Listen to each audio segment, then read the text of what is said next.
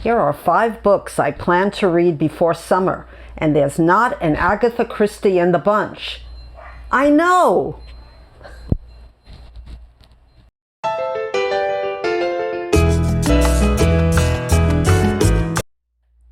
Hello Booktube, it's Marilyn Maya, the Baby Boomer Booktuber, and welcome back to my channel. Today I picked up 5 books from my TBR. They haven't been there that long, but you can call them Booktube made me buy them books. And the first one, we're going to start. I just wanted to say that all of these coincidentally follow the May of the Moderns that Margaret Pinard was doing this month. I was away on vacation, so I didn't really get to participate, but I am participating. It's still May. So let's start with the first one. I'm going to go from first, the one I'm a little bit scared about, till the last one, the one that I'm most excited about. And the first one was recommended to me by Britta Bohler. Well, not to me, to all of you, by Britta Bohler, the wonderful Britta Bohler. And it's Lolly Willowes by Sylvia Townsend. And isn't that a beautiful cover? It's a Penguin Classics, Penguin Modern Classics, and it was written in 1926. So what it says about it is that Lily Willowes' early feminist paranormal novel with a touch of fantasy, that's the part that scares me, paranormal, touch of fantasy, but it's much more than that, as Britta said, is the version of Laura's name, Lolly is, used by her family after a mispronunciation by a young niece. By the way, I have a very good friend who has the same nickname, and her name was Joan, and all of her young relatives called her Doni, and she's Doni. So, but Doni, my friend, likes her name. Laura, she comes to dislike being called Aunt Lolly, and to see the name as a symbol of her lack of independence. So it says that it's a satirical comedy of manners incorporating elements of fantasy. The story of a middle-aged spinster who moves to a country village to escape her controlling relatives and takes up the practice of witchcraft. And what it says about it is a great shout of life and individuality, an act of defiance that gladdens the soul. So in 1926, it's quite unusual for a woman to have an act of defiance. And there's a picture of Sylvia Townsend in the back, and she looks very scholarly. And I'm looking forward to reading this, but like I said, I'm a little scared. The next book was recommended by Lil at Lil's Vintage World and other channels, but I bought it, and it's my first Persephone book, and it's called Patience by John Coates. I never heard of John Coates before. I never heard of this book before. And this is not a new Persephone. It's kind of falling apart a little bit. But look at these end papers, these, well, beginning papers and end papers. It's just gorgeous. I just love it. And I think I'm going to start collecting Persephone books. One thing that's interesting that I read is that this book is one of the few Persephone books written by men. It is about a woman. Her name is Patience. Okay, so what is it about? It was written in 1953. So actually, this book does not fit in, like I thought, with the May of the Moderns, because the May of the Moderns ends in 1949. But it's an English novel, and it was called The Proper Girl Improperly in Love, as it was subtitled when it came out in America the year after it was published in England. Patience is about the eponymous heroine, 28-year-old Patience Gathorne Galley, who has 3 small daughters and is, she thinks, newly pregnant. In the first chapter, her brother, a devout Catholic, whereas Patience is a rather unthinking Catholic. And Catholicism is a big part of this book I read. Nevertheless, she undeniably is one. He comes to tea, her brother does, to tell her that her husband Edward is being unfaithful.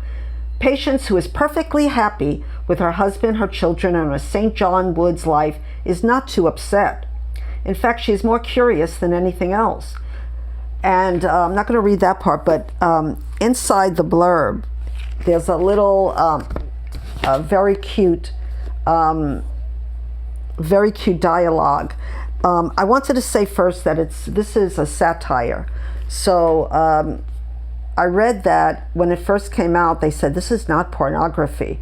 They made sure to say that. So this is the dialogue. But Edward, she said, why do you want to go on being married to me, or pretending you are, I mean? So it's a little bit of a spoiler, so I'm not going to go and talk about that part. Why shouldn't I? I love you. Oh no, she murmured, suddenly feeling very giggly. And what's so funny about a husband telling his wife he loves her? Asked Edward, going rather red. Well, I mean, if you did, you'd have told me before, wouldn't you? Sometime in the last 6 years, 2 or 3 times perhaps. One can't always be saying things like that. One shows it. To ask how would have been unkind, so she said nothing. Look at other married couples, said Edward suddenly. Think how they contradict each other and quarrel, and God knows what. We don't. We're happily married, and look at the children. Everyone says how nice they look, healthy and decently kept. If we have a couple of boys as well, that'll be grand. Well, it turns out that it's not going to be grand, and Patience goes on a little bit of a quest. But it's all written in satire, as not to, I think, hurt people's precious feelings in the 50s about what she's going to do. But I'm looking forward to reading this, and I'll let you know what I think afterwards. The next one is Howard's End by EM Forrester, a book that I think I saw the movie, but I'm not sure because all I can remember is beautiful scenery. So I had this on my shelf, and I heard it being talked about. So I put it in my TBR that needs to be read before summer. So I read that this story revolves around 3 families in England in the beginning of the 20th century. It was written in 1910, so this is another May of the Moderns. The Wilcoxes, rich capitalists with a fortune made in the colonies, the half-German Schlegel siblings, Margaret, Helen, and Tibby, whose cultural pursuits have much in common with the Bloomsbury group, and the Basts, an impoverished young couple from a lower-class background. Now, the Bloomsbury group was a very intellectual and literary group in England that included Virginia Woolf and EM Forrester around the turn of the century. So, the idealistic Schlegel sisters seek to help the struggling Basts and to rid the Wilcoxes of some of their deep-seated social and economic prejudices. Well, good luck for that, but I heard that this is a masterpiece, so I'm looking forward to reading it. And right on the back it says, what makes this a masterpiece, a pure delight for contemporary readers, is its clear, vibrant portrait of life in Edwardian England and the wonderful characters who inhabit the charming and country houses in I have to tilt it for my eyes. Hertfordshire, called a country house called Hertfordshire. Well, in Hertfordshire, whatever that word is, called Howard's End. So Howard's End is the country house, and if my memory is coming back about, that's why I'm thinking of beautiful country houses in England in the movie.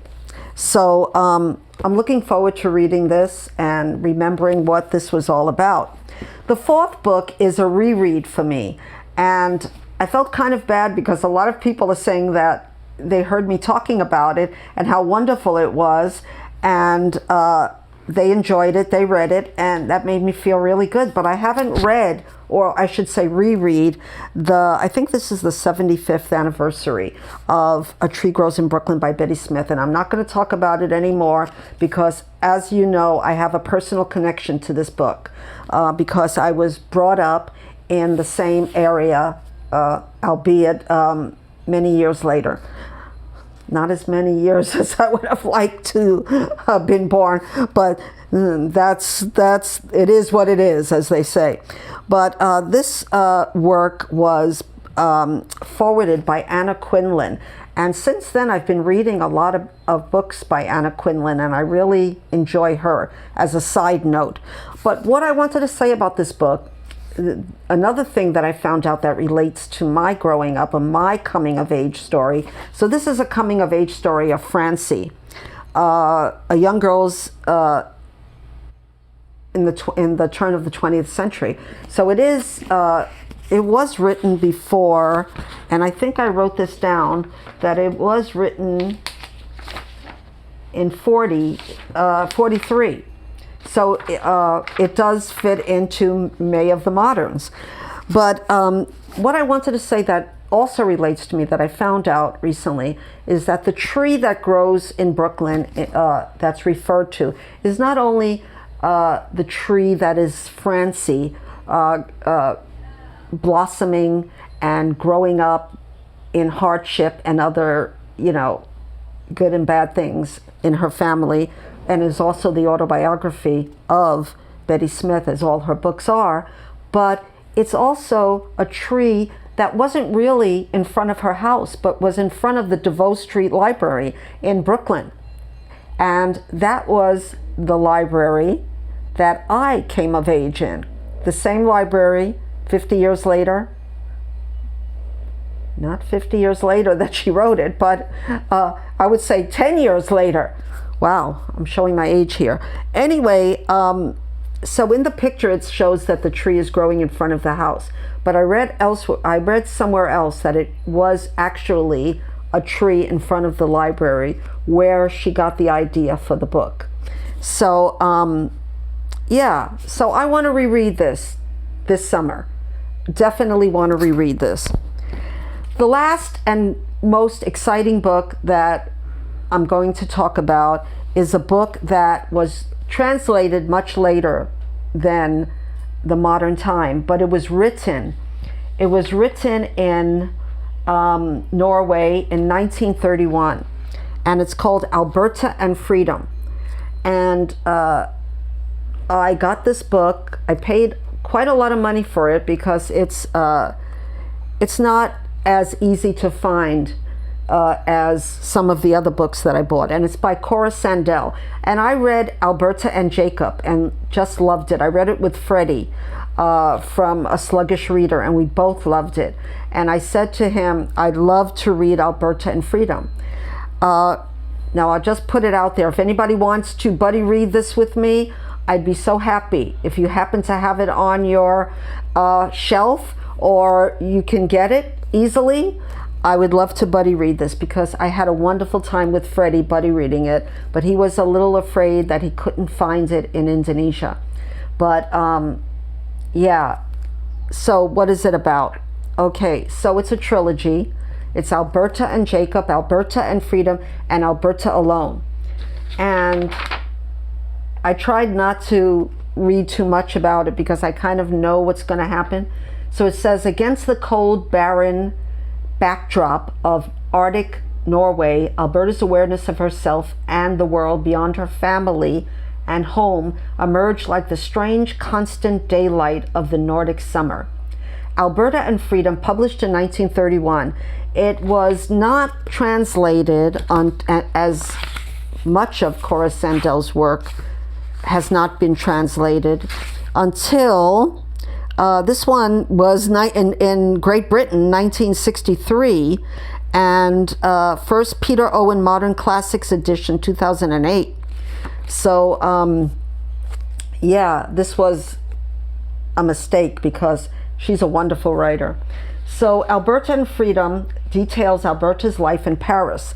Paris, as an impoverished, struggling writer.